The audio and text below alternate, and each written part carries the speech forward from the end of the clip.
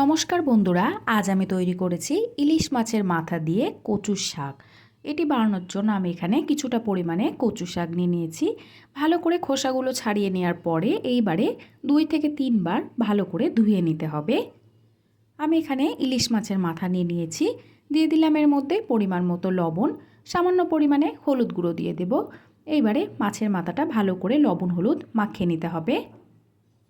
এইভাবেই রেখে দেব 10 মিনিট মতো। কড়াইতে কেটে নেওয়া কচু শাকগুলো দিয়ে দিতে হবে।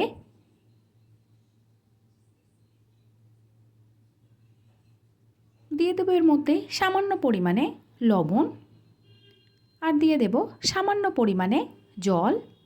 এইভাবেই ঢাকা দিয়ে ভালো করে সেদ্ধ করে নিতে হবে। প্রায় 10 মিনিট মতো আমি ঢাকা দিয়ে রেখেছিলাম। 10 মিনিট বাদে একবার নাড়াচাড়া করে নেব।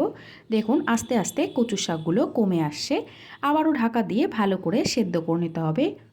প্রায় আরও 10 মিনিট বাদে আমি ঢাকা খুলে দেখে নেব। দেখুন কচু শাকগুলো ভালো করেই সেদ্ধ হয়ে গিয়েছে।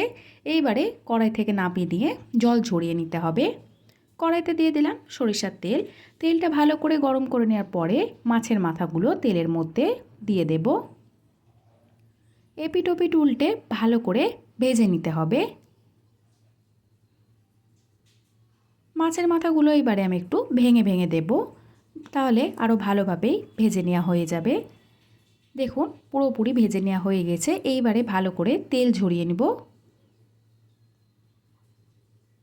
তেল ঝরিয়ে নেওয়া মাছের মাথাগুলো তুলে নেব কড়াই থেকে।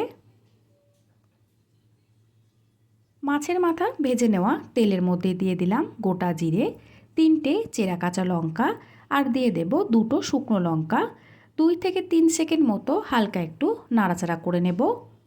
এইবারে জল ছড়িয়ে নেওয়া কচু শাকগুলো দিয়ে দিতে হবে।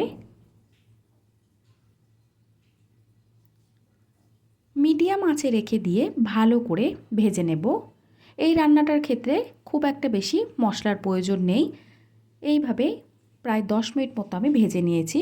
আবারও দিয়ে দেব পরিমাণ মতো লবণ আর দিয়ে দেব সামান্য পরিমাণে হলুদ গুঁড়ো। আবারও ভালো করে ভেজে নেব। একদম শুকনো শুকনো তৈরি করে নিতে হবে।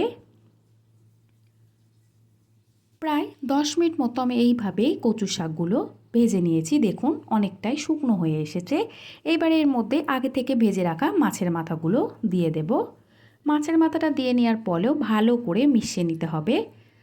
আবারও লো ফ্লেমে রেখে দিয়ে 5 মিনিট মতো এইভাবেই ভেজে নেব।